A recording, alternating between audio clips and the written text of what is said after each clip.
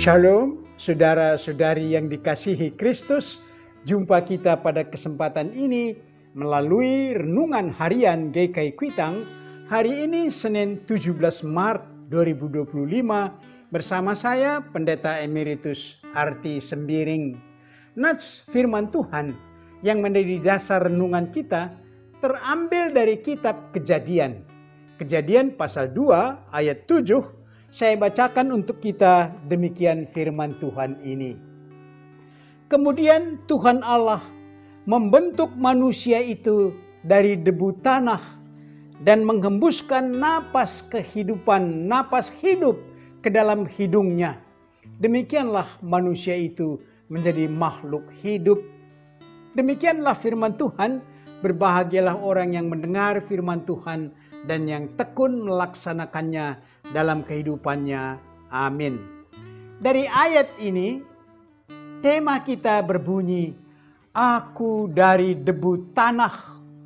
Saudara-saudari yang dikasihi Kristus, tahun liturgi gerejawi sudah menjalani masa Prapaskah kedua. Prapaskah yang diawali dengan perayaan Hari Rabu Abu. Semoga tidak membosankan kalau renungan hari ini mengingatkan kita firman Tuhan untuk menambah wawasan kita tentang Rabu Abu dalam renungan ini. Nats kita berkata, manusia itu dari debu tanah. Ini memberi pengertian bahwa kita semua berasal dari satu sumber yang sama. Karena itu semua manusia memiliki struktur tubuh dan kehidupan yang sama. Walaupun berbeda mungkin postur tubuh, warna kulit, warna mata, warna rambut, tetapi putih tulang dan merah darah itu sama kita memilikinya.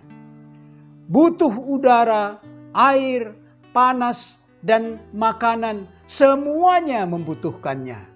Manusia berbeda dengan makhluk hewan atau binatang karena manusia hidup dari hembusan nafas kehidupan dari Sang Pencipta.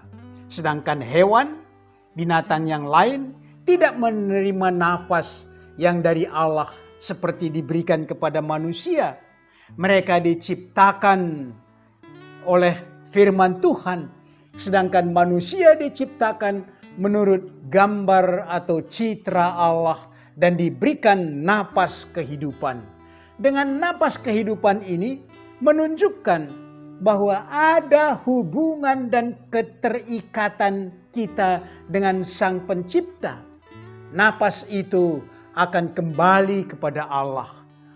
Itulah hubungan kita dengan Sang Pencipta. Perjalanan hidup kita sebagai manusia bergantung sepenuhnya kepada Allah. Tidak mungkin kita ingkari, suka atau tidak suka, mau atau tidak mau, kita tetap bergantung kepada kuasa Allah. Ternyata ada maksud dan tujuan menciptakan manusia yang secara lengkap dan luas agar manusia hidup sesuai dengan rencana atau kehendak Allah, yaitu memuliakan Allah dalam segala hal. Panggilan kepada manusia untuk memuliakan Allah tertanam dalam citra, dalam gambar Allah dalam kehidupan manusia. Ternyata panggilan memuliakan Allah telah tercela, tercidrai dengan manusia membelakangi Allah dalam firman-Nya dan memberi hati kepada iblis dalam godaan dan bujukan iblis. Tetapi kita tidak dibiarkan dalam kejatuhan itu. Yesus Kristus diutus untuk mencari dan mengangkat kita meraih, mendapatkan gambar atau citra Allah melalui penebusan, pembenaran, dan penyucian oleh darah Yesus Kristus. Setiap kelahiran manusia itu adalah dari debu tanah, akan berproses dari bayi, kanak-kanak, remaja, pemuda, dewasa, tua, lanjut usia. Kalau boleh itu kita jalani semuanya, yang akhirnya mati.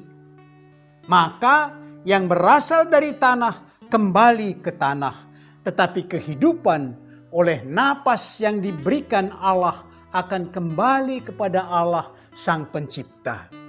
Kehidupan selanjutnya diberikan tubuh yang bukan dari tanah, tetapi oleh kuasa dan kasih Allah. Kehidupan selanjutnya ini mendapat tempat bagi yang telah menerima penebusan, pembenaran, dan penyucian akan bersama dengan Yesus Kristus Juru Selamat.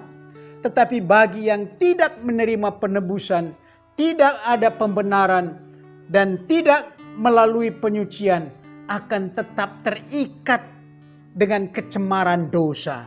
Hanya ada dua tempat bersama dengan Yesus Kristus, dalam kerajaan Allah atau di luar Yesus Kristus bersama iblis yang menderita karena dosa. Mari kita aplikasikan renungan ini dengan pokok-pokok berikut. Pertama, bagaimana Anda menyatakan hidup Anda bergantung sepenuhnya kepada Allah. Yang kedua, bagaimana Anda menghargai kehidupan dengan sesama yang diberikan Allah. Yang ketiga, bagaimana Anda mengembangkan hubungan dengan Allah, sumber kehidupan. Mari berdoa. Bapa Sorgawi, sumber kehidupan, kami diciptakan dari debu tanah, namun oleh dosa kami menjadi fana, kembali kepada tanah. Tetapi oleh kasih Kristus, kehidupan akan kami dapat kembali. Kehidupan roh kami akan kembali kepada Allah dalam keabadian oleh Yesus Kristus. Amin.